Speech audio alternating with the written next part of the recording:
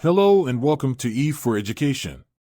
This channel is for all students preparing for CSS, PMS, or competitive exams.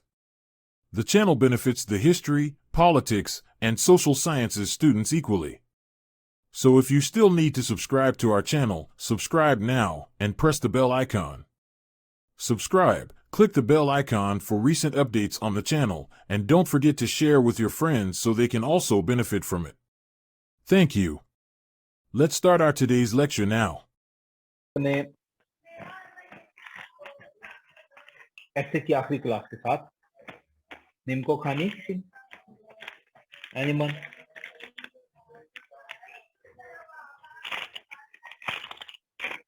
जिस किसी ने खानी है दुकान से लेके खा ले, मैं नहीं दे रहा। अच्छा जी, आज हमने पढ़ना है क्या पढ़ना है? हाँ जी, ऐसे काफी लेक्चर पढ़ना हमने और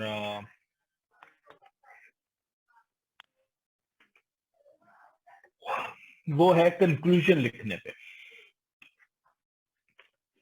कंक्लूजन कोई बड़ी रॉकेट साइंस नहीं होती, कंक्लूजन कोई बड़ा औखा काम नहीं होता, कंक्लूजन में कुछ भी मुश्किल नहीं होता, लेकिन कंक्लूजन होता बड़ा इंपॉर्टेंट है। आपके मैंने पहले भी बताया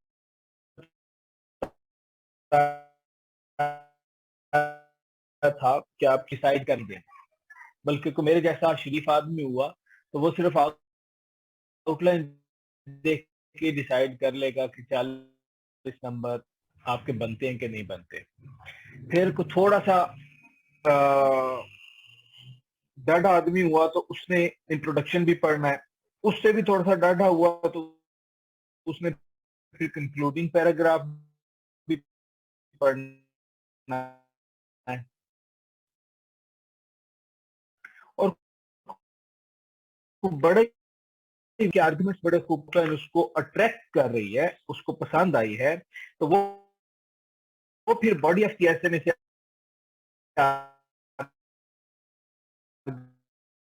पढ़ लेगा, लेकिन डिसाइड करेगा। सो आपने जो वो चीजें जिनने आउटलाइन, इंट्रोडक्शन और कंक्लूजन आता है। अब कंक्लूजन शुरू में मुश्किल होता है। अक्सर औकात 95% बच्चे एक कॉमन से मिस्टेक करते हैं, आगे जाके मैं बताऊंगा कि वो क्या करते हैं। और इसके ऊपर शुरू में कोई समझ नहीं आती, जैसे इंट्रोडक्शन लिखते हुए कोई समझ नहीं आती कि शुरू कैसे करें, पहला सेंटेंस क्या होगा, कैसे होगा, लिखेंगे या नहीं लिखेंगे। उसी तरह इसको भी शुरू करने में और इसको भी कंप्लीट करने में बंदे को थोड़ी सी कंफ्यूजन होती है। लेकिन इसके ऊपर टाइम इन्वेस्ट कीजिए, इसके ऊपर इसको समझिए, और जितना ज्यादा लिखेंगे, जितनी ज्यादा प्रैक्टिस करेंगे, उतना ही आप लोगों के लिए फायदेमंद होगा।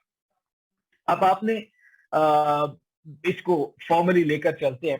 कंक्लूजन बेसिकली आपके ऐसे का रैप अप होता है। कंक्लूजन आपके ऐसे का फाइनल, क्या आप उसे कहते हैं, फाइनल एक्सप्रेशन होता है। लाइक आपने किसी को कोई गिफ्ट देना है, उसके ऊपर आपकी कोशिश ये होती है कि जो उसको रैप अप करे वो सबसे खूबसूरत रैप करे। गिफ्ट चाहे ऑर्डिनरी सा ही क्यों ना हो, ज्यादा कॉस्टली ना हो, बट रैप पे या और कंक्लूजन स्टैंड्स फॉर आप, ये आप कैसे को रैप अप कर रहे हैं और इसके ऊपर आपने उसी लिहाज से बड़ी मेहनत करनी है।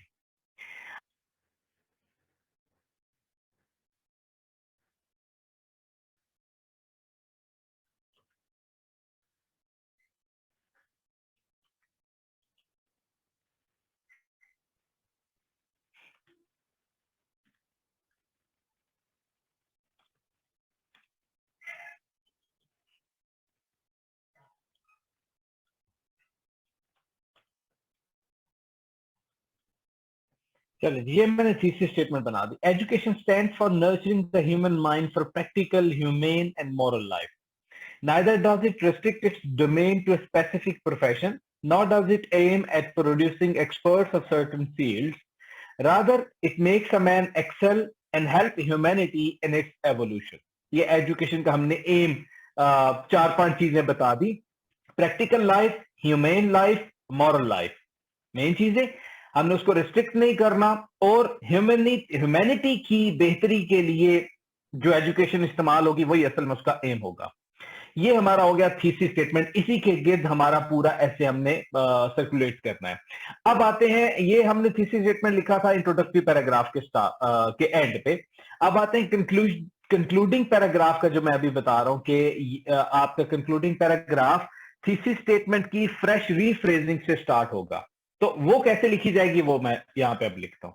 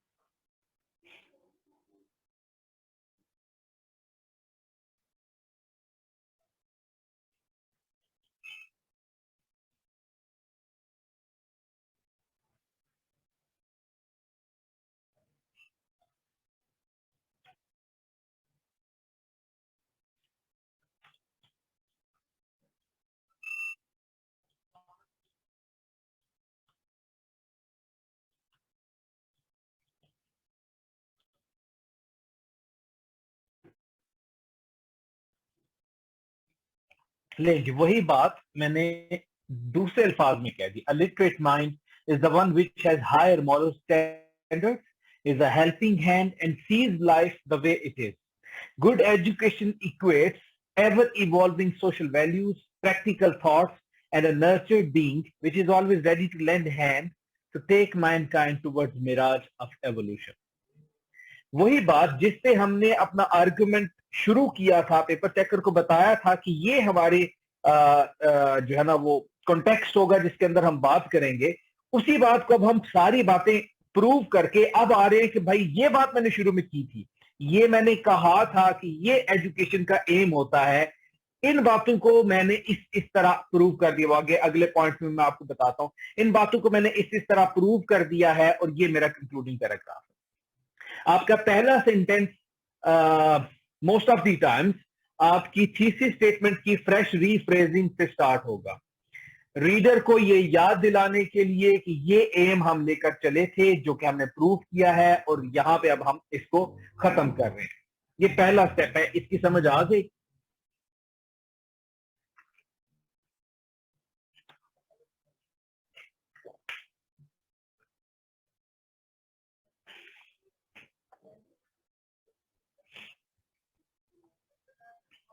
ठीक हो गया। इसके बाद आप क्या करेंगे, इसके बाद आता है आपका दूसरा स्टेप। दूसरे स्टेप में आप मेन आर्गुमेंट्स जो है आपकी ऐसे के, वो मेन पिलर जिसके ऊपर आपने पूरा ऐसे लिखा, इनको सपोर्टिंग सेंटेंसेस कहा जाता है। आपने फर्ज करें डिफरेंट चीजें एक्सप्लेन की, किस तरह जो एजुकेशन है उसकी प्रैक्टिकलिटी मैटर करती है, किस तरह एजुकेशन जो है वो ह्यूमन माइंड को नर्चर करे तो वो मैटर करती है, सिर्फ डिग्रीज का नाम नहीं है। इन तमाम आर्गुमेंट्स को कैसे इन्होंने fit, how do these ideas fit together and how do they prove your thesis. आपने जस्ट उन आर्गुमेंट्स को रीस्टेट नहीं कर देना, उन आर्गुमेंट्स को सिंपली यहां पे दोबारा से कॉपी पेस्ट नहीं करना, बल्कि आपने उनको इस थीसिस स्टेटमेंट के साथ, जो फ्रेश रीफ्रेजिंग आपने की है उसके साथ आपने लिंक करना है कि इस तरह ये सारे आर्गुमेंट्स ने ये बात प्रूव की है। आप मेन पॉइंट्स जो है आपके ऐसे के, उनको आप सिंथेसाइज करेंगे। सिंथेसाइज करना क्या होता है मैं आपको बताता हूं।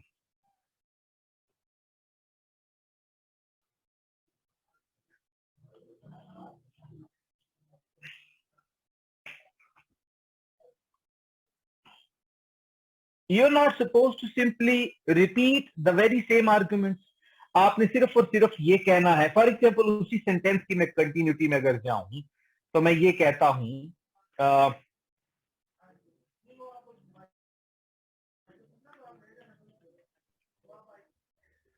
क्या नाम है उसका,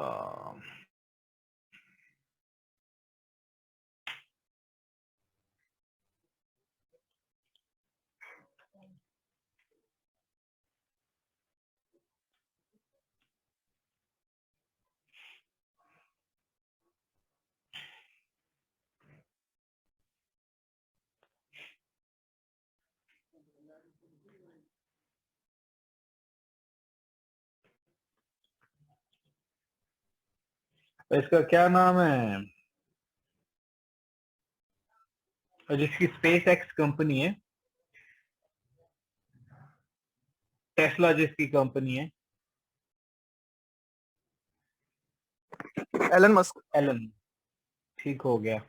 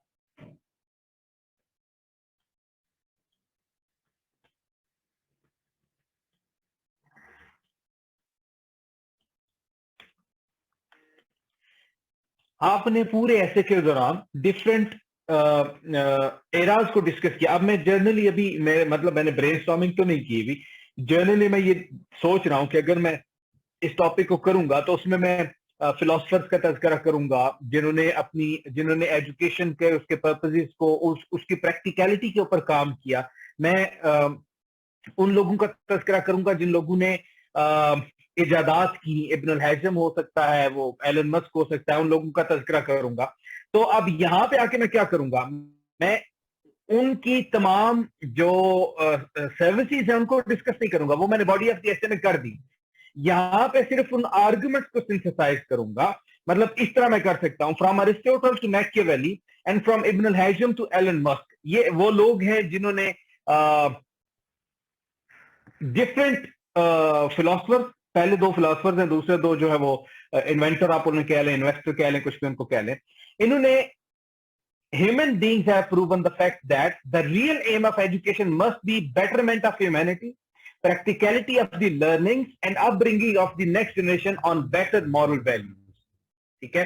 अब ये क्या हो गया कि वो जो 4 आर्गुमेंट, 4 मैंने लोगों का तज़किरा किया था बॉडी ऑफ द एसे में, अरिस्टोटल का, मैकियावेली का, इब्न अल हैजम का और एलन मस्क का, उन चारों के आर्गुमेंट को, यानी कि मैंने पेपर चेकर को ये भी बता दिया कि पीछे मैंने क्या बातें की थी, उसके साथ उसको थोड़ा सा लिंक कर दिया, और साथ में जो मेरा मेन थीम है कि प्रैक्टिकलिटी, ह्यूमन बींग्स की बेटरमेंट, ये सारा उसको भी साथ में लेकर चलता आ रहा हूं।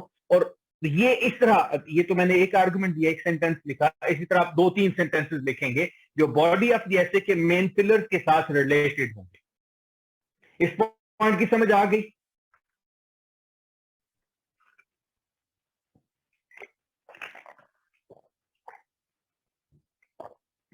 और समझ आ गई जी?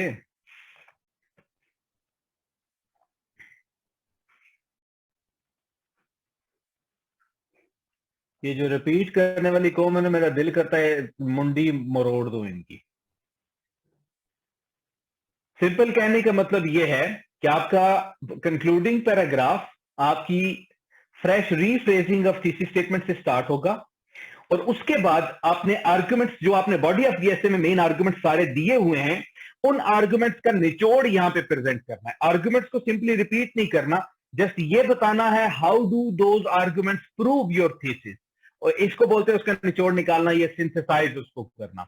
आपने 3-4 आर्गुमेंट्स को, उनका निचोड़ यहां पे प्रेजेंट करके ये बताना है कि कैसे वो आपके थीसिस को प्रूव कर रहे हैं जो ऊपर आपने डिस्कस किया।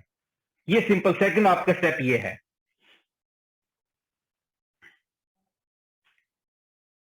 Third step is your closing sentence. It kind of provides a sense of closure. ये जर्नल ओपन स्टेटमेंट हो सकती है। You're not supposed to squeeze down it to something specific. आपने जेनेरिक अंदाज में उसका एंड कर देना होता है।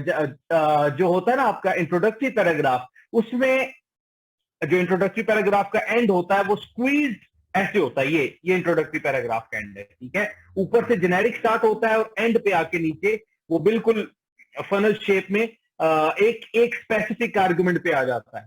जबकि आपका जो कंक्लूडिंग पैराग्राफ है ये ऐसे है, ये स्पेसिफिक आर्गुमेंट, यानी कि fresh rephrasing of thesis statement. Thesis statement आपका स्पेसिफिक आर्गुमेंट था, ये वहां से शुरू होता है और आहिस्ता आहिस्ता मेन आर्गुमेंट्स को सिंथेसाइज करके आप उसको जनरलाइज अंदाज में एंड कर देते हो। जस्ट इतना सा आपका काम है, इतने से काम है आपने अपना कंक्लूडिंग पैराग्राफ लिखना है। हार्डली तकरीबन हाफ पेज का एक अगर आपने पैराग्राफ लिखा है तो वो काफी होता है। आपने अपनी थीसिस स्टेटमेंट को रीफ्रेज करना है with a fresh and deeper understanding using alternative terms. वही टर्म्स जो आपने, वही बातें जो आपने पहले की थी, जो एग्जैक्ट वर्ड यूज किए थे इंट्रोडक्टरी पैराग्राफ में, वो कंक्लूडिंग पैराग्राफ में यूज नहीं करने। यहां पे वर्डिंग आप चेंज करेंगे। फिर दूसरे नंबर पे आपके सपोर्टिंग सेंटेंसेस आते हैं। आपने सिंपली उनको रिपीट नहीं करना, आपने उनको सिंथेसाइज करना है। उनसे जो नतीजा अखज होता है, उनसे जो रिजल्ट निकलता है, वो कैसे आपके आर्गुमेंट को प्रूव करते हैं, जस्ट वो लिखने आप। अगर कंक्लूडिंग पैराग्राफ लिखते हुए कोई बड़ा खूबसूरत किस्म का आर्गुमेंट आपके जहन में आ गया है, ऐसा आर्गुमेंट जो कि आपके बॉडी ऑफ द एसे का हिस्सा होना चाहिए था, ऐसा आर्गुमेंट जो आपको पहले डिस्कस करना चाहिए था, सिंपली अपने जहन से उसको निकाल दीजिए। उसको आप ऐड करने की कोई जगह नहीं है, जस्ट इग्नोर इट। फिर होता क्या है, मैंने शुरू में कहा था कि there is an inverse relation between introductory paragraph and concluding paragraph. Introductory paragraph starts generally, ये बात मैं लिखूं तो फिर आप लोगों को समझ आएगी। किथे गया, किथे गया?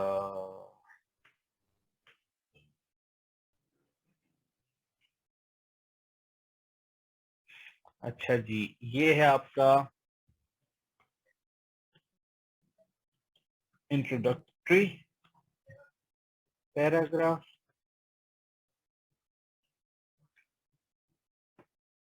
और यहां पे है आपका कंक्लूडिंग पैराग्राफ।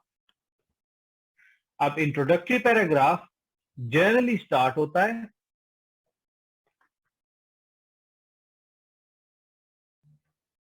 और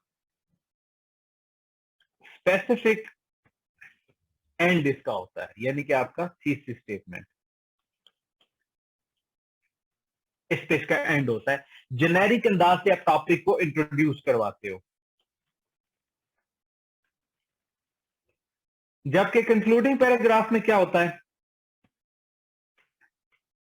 आप स्पेसिफिक स्टार्ट लेते हो, यानी कि rephrasing of thesis statement,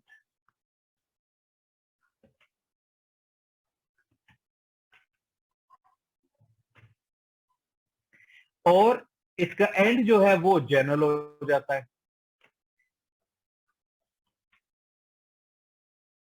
because आप जस्ट उसको ओपन एंडेड छोड़ रहे होते हो अपना रिजल्ट आप करके। तो ये इनमें हो गया इनवर्स रिलेशन, एक जनरली स्टार्ट हो रहा है और स्पेसिफिकली एंड हो रहा है, जबकि दूसरा स्पेसिफिकली स्टार्ट हो रहा है और जनरली एंड हो रहा है। और ये दोनों चीजें आपने मेक श्योर करनी है कि आपके इंट्रोडक्शन और कंक्लूजन में ये दोनों चीजें होनी चाहिए। समझ आ गई इस चीज की भी?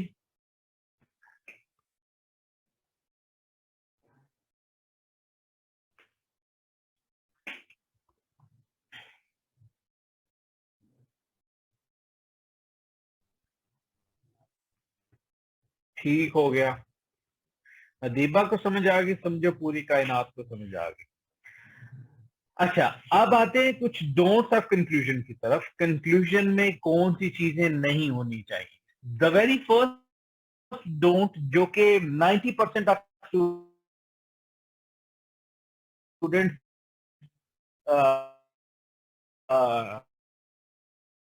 कमिट करते हैं, to summarise, to sum up, to this, to that, ये वाली श्योरली आपने वहां पे नहीं छोड़नी। जैसे मैंने आपको बताया कि आप fresh rephrasing of thesis statement से अपना कंक्लूजन लिखना शुरू करेंगे। इस तरह की टर्म्स आप यूज नहीं करेंगे। मतलब जब एक चीज खत्म हो रही है, नजर आ रहा है कि इस पैराग्राफ के आगे कुछ भी नहीं लिखा हुआ, तो ऑटोमेटिक सी बात है कि वो सब आपकी समरी है, आप उसे सम अप कर रहे हो, कंक्लूड कर रहे हो। तो आप अपने जो रीडर है, जो ऑडियंस है, उसको वो चीज जो ऑब्वियस है वो रिपीट कर कर आप उसे बोर कर रहे हो, आप उसे बेसिकली उसका दिमाग खराब कर रहे हो। तो आपने ये काम नहीं करना। फिर आपने बाय चांस थीसिस स्टेटमेंट शुरू में नहीं लिखी थी, आपके ज़हन में नहीं रही या आपसे बन नहीं रही थी या कुछ भी, तो यहां पे जाके आपको फिर ये सबक याद आ जाए कि सर ने कहा था कि आपका कंक्लूजन जो है वो fresh rephrasing of thesis statement से स्टार्ट होगा। मेहरबानी करे हो तो ये सबक ना याद करे हो। अगर आपने वहां पे थीसिस स्टेटमेंट नहीं लिखी, जेनेरिक तरीके से आपने अपने इंट्रोडक्शन को एंड किया है, यानी कि पहले ही आप अपने ऐसे का बेड़ा गर्क कर चुके हैं, तो फिर यहां पे भी रीफ्रेजिंग से स्टार्ट आपने नहीं करना, क्योंकि आपने थीसिस स्टेटमेंट तो लिखी ही नहीं थी, तो उसकी फ्रेश रीफ्रेजिंग फिर कहां से आएगी? सो ये काम आपने नहीं करना। फिर इसको भी जनरल अंदाज से, या जिस तरह आमतौर पर आप लिखते हो, to conclude in a nutshell, ये वो इस तरह की श्योरली आप छोड़ लीजिएगा। कोई नया टॉपिक, कोई सब टॉपिक, कोई ऐसी चीज जो कि बॉडी ऑफ द एसे का हिस्सा होनी चाहिए थी, मतलब कोई एविडेंस, कोई कोटेशंस, कोई न्यूमेरिकल डाटा, कोई स्टैटिस्टिक्स, कोई ग्राफ या इस तरह का कुछ भी जो कि बॉडी ऑफ द एसे में होना चाहिए था, और आप उसको यहां पे घुसा दें, ये काम भी आपने नहीं करना। आपने थीसिस स्टेटमेंट की फ्रेश रीफ्रेजिंग आप करते हो, लेकिन उसमें कोई सब्सटेंशियल चेंजेस नहीं लेके आते, ये भी आपने नहीं करना। मतलब उन दोनों के मतलब सेम होने चाहिए, उनसे जो है ना वो मीनिंग उसका सेम अखज होना चाहिए, लेकिन वर्डिंग्स दोनों की मुख्तलिफ होनी चाहिए। ऐसे लगे कि वो किसी और बंदे ने लिखी थी बात, ये किसी और बंदे ने लिखी है, इतना डिफरेंट होना चाहिए। मीनिंग बेशक सेम हो, कोई सेंटिमेंटल इमोशनल अपील नहीं करनी। सर खुदा दा वास्ता जे मेरी आखिरी अटेम्प्ट पे मैनू पास कर दियो, मैं घर का वाहिद कफील हूं, या मैं घर की सबसे बड़ी बेटी हूं, तो मैनू पास कर दियो, ये काम नहीं करना वहां पे। And this was all about today's lecture. See you next time. And remember to like the video, subscribe to the channel, and press the bell icon for the latest updates. And share it with your friends. You can also contact us via the email address mentioned on the screen. Thank you.